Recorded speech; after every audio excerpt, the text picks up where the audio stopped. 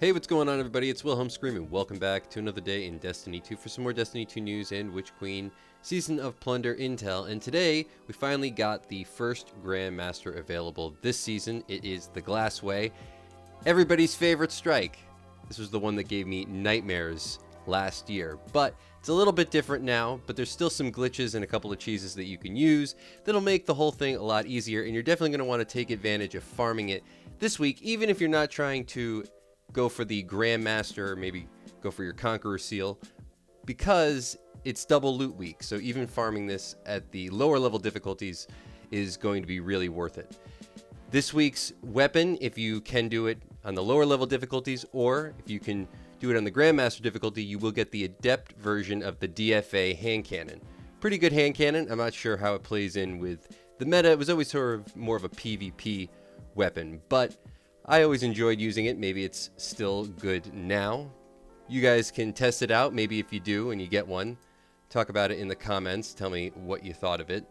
This week's champions in the GLASSWAY strike are Overload and Barrier. So keep that in mind. And the first real thing I want to talk about as far as cheeses go is for the plate section. Now this is a really difficult area because you're kind of all out in the open. Just know that you really only have to trigger the plate and then wait for the ads to spawn in, and then you can actually get off the plate and just go hide. And there's a couple of places right behind the plate that are pretty good as far as cover, and you can support your teammates. But if you really get in trouble, there is a slot in the wall right behind the plate where you enter on the right side that you can actually scoot behind, and you can fit all three of your teammates back there. I would really only suggest using it in desperate situations. For the boss, which is going to be the next big major trouble for most people, there is a really great spot when you enter the room on the left side as you come in that lets you get above and outside of the map. Now there are several places that you can do this, like directly behind me to the left as you come in, but it's kind of a tight squeeze. This is much easier, and you can just sort of jump up, scoot down, and this is a safe zone. Safe zone for the boss. So if you're trying to attempt this solo, if you're just one of those really crazy Grandmaster solo people, you might want to try this. But if you are doing it in just a normal Grandmaster with a group, or at really any of the lower level difficulties, I suppose you could do it, though I don't think you'd really need to. That is a safe zone. You can get all three people out of there and just clear all the ads, at least most of the ones that will be drawn in there. You can kind of use hunters, which I would suggest having at least one hunter on your team, to draw them down into this sort of kill pit right beneath me, and you can just sort of phase them out. Another thing is that certain weapons, I don't know if this still works, but I can imagine it does, used to actually be able to do damage to the boss through the wall, most notably the Wither Horde. So when you got to the back wall from where you actually came out of the map, that little scoot area that you had to slide down after you jumped up, if you go to the far wall from that entrance, you can eventually draw the boss over to that wall, and then certain AoE weapons will actually do damage through the wall. So you can try to take advantage of that. Again, that's more of a desperate technique, but I would really suggest at least knowing where this is when you go in to try this on Grandmaster, because it really will help. Again, you might not need it, but I feel like a lot of people don't think that they're going to need to try to use some of these things in this strike, especially if you've run other Grandmasters and had success. But the GLASSWAY is a little bit of a different animal. Not just because of the champions, though those particular champions aren't really as tough anymore, but it's just the way that the whole boss encounter works.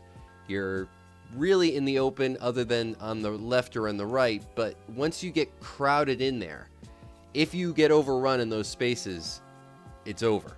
It just is really hard to battle back, so you really have to control all the ads coming into whether or not you decide to hold the left or right room at the very end. I would definitely suggest the left, just because the right you can even get damaged by the floor, and there's really not a great way to battle out of there. There was a good spot that is still there. You can still try to use it, but with some of the splash damage you're going to get from the Praetorians, and the champions, it's just not worth it. You're going to die in there no matter what, even if you have a Well of Radiance up at the Grandmaster level, that is.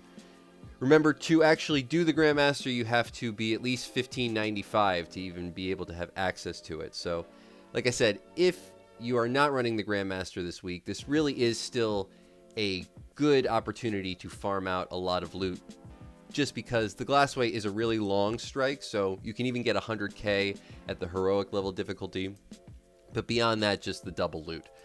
You're going to get tons of mats if you farm this at legendary, or if you farm it at master difficulty. So just do it this week.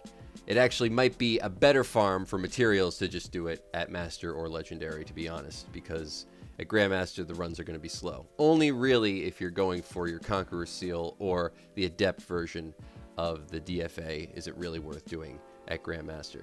If you have already completed your Conqueror Seal, remember, you can also guild it by doing these things now. And you can only ever do each Grandmaster once, each strike once, that is.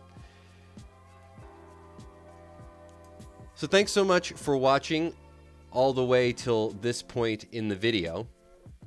If you've enjoyed the video and found something in this video helpful, please remember to like, comment, and subscribe to the YouTube channel and turn on the bell, the post notification. It's right next to the big red subscribe button so you never miss out on any future Destiny 2 Witch Queen Season of Plunder and future seasons content like this.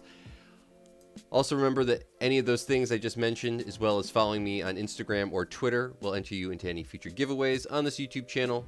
And I do one every 1,000 subscribers, so you never want to miss out.